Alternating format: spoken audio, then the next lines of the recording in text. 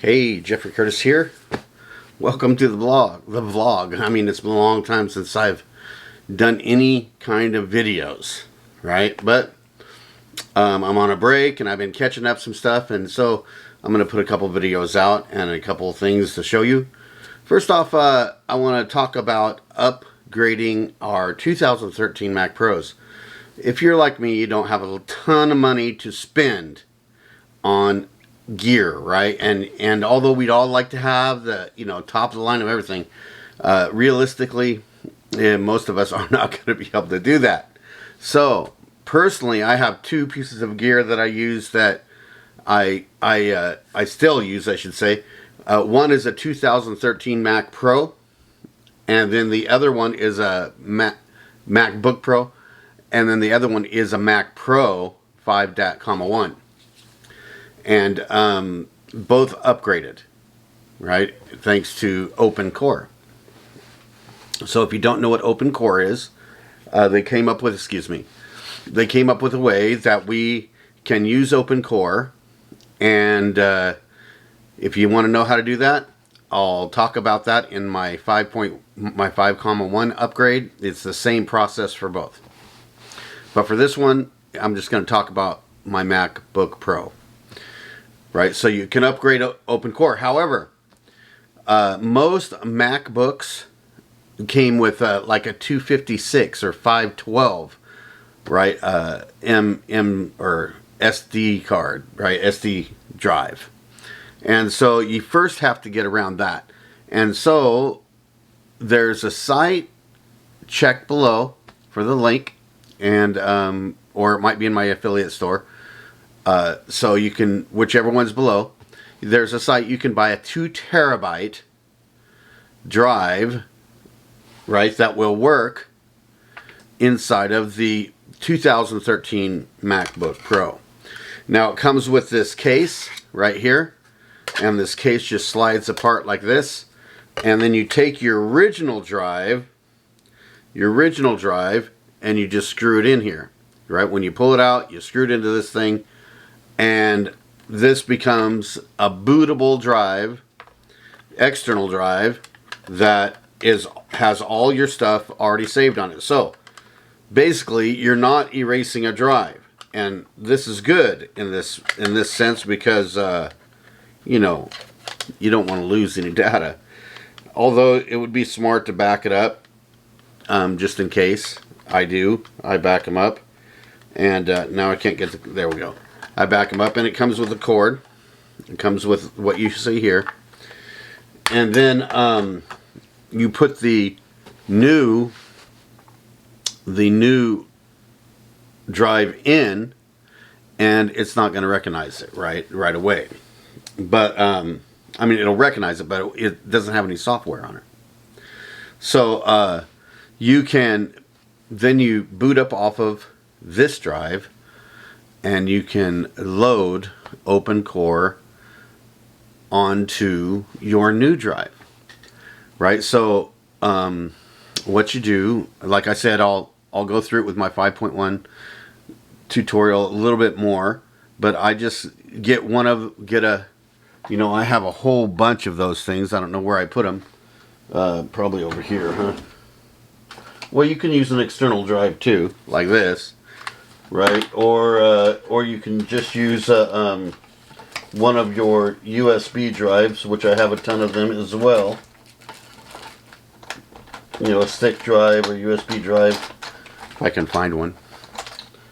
Something like this, just a USB drive. I got a bunch of 64 gigabyte ones that were on sale at Amazon for next to nothing. I got like 15 of them for $30, and they've worked really well. But so you get your computer up, boot it up off of the existing drive, and then you go online and download OpenCore and run OpenCore, and then install it on your 64-bit gigabyte, or your, however, you're going to need at least probably 8, I think, minimum of 8 gigabyte USB drive. So you put that in there, and you then there's a selection. You select it to create a bootable USB, and it'll download the latest software for that. When you go to get that, you get whichever OpenCore version online for whatever. I got Ventura, and I didn't want to go to the latest. I got Ventura, and so that's what I used. And so this is what we ended up with, is this drive right here. And first let me show you what we have. I'll go into disk utility real quick. And so let me go over here. Sorry about my mess. So you can see right there, right? 1.86 terabytes available, right? And then we have another volume of, that is the volume for the OpenCore, and that's what took up the whatever of the 2 terabytes. All right, so, and that's that. So you can see that's running that. And let's go up here, system settings. So we see right here that this is indeed early 2013 running the quad core, right? And it is indeed running Ventura 13.8.6. I've heard people say, well, why even bother to upgrade, right? Why even bother to upgrade? Well, I can tell you 3 reasons to upgrade, right?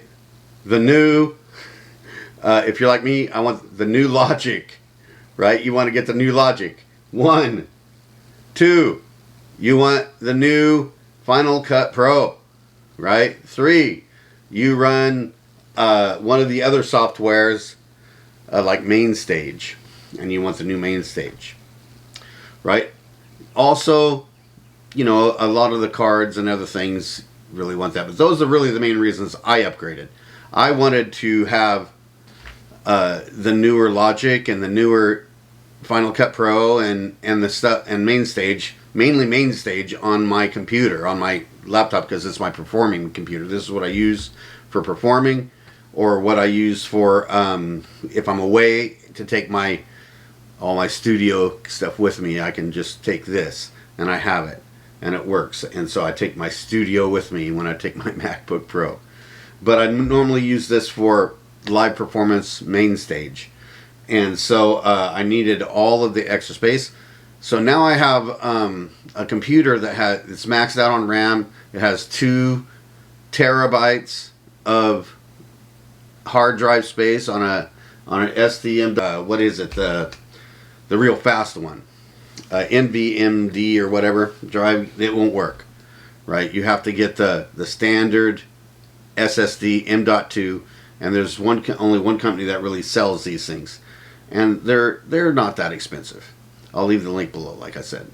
So upgrading the early 2013 to run Ventura with a 2 terabyte drive, and right now you don't see it, but I'm downloading all the drivers from my Apollo.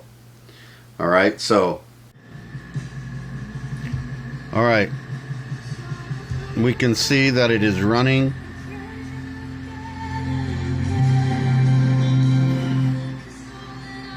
The Apollo.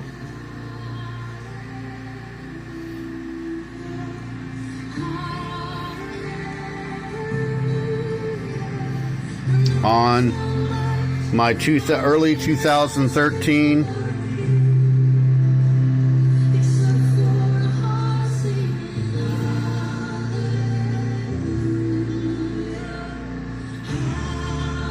oops, wrong button. There we go. Cool. Early 2013 MacBook Pro running the Apollo Twin X. Alright, so that's the 2013, early 2013 MacBook Pro with the upgrade of the 2 terabyte SD M.2, and also with OpenCore running Ventura, and able to load all of the Apollo Twin X Duo, or no, X Mark II, excuse me, Mark II software and run that sound card. And so that's pretty cool. So that's got all the main stage stuff on it and all the upgrade stuff for me to do my live. I'm good to go for years now on that. At least for the life of this Apollo, right? Of course, on that one I probably won't run this Apollo. It's only Scarlets and stuff like that, you know. But there you go. Hey, if you have any questions, you can always leave a comment or a question in the down below. And don't forget, I have affiliate stores down there. If you see any gear, or if I forgot to put any gear in there that I talked about, go ahead and let me know, and I'll go ahead and put that in there. Also, you can like and subscribe and all that stuff. And hey, it's been fun. This has been a 3-episode series. We went through what it took to load Ventura on the Mac Pro 5,1, and then we done a video on installing the Titan Ridge Thunderbolt 3 card, and then putting all the drivers in for the Apollo. And then lastly, we also did the same things to the MacBook Pro 13, this video, but of course no Titan card on that because it's already got ports on it, right? And it was able to handle it, so that's all good. All right, bye bye.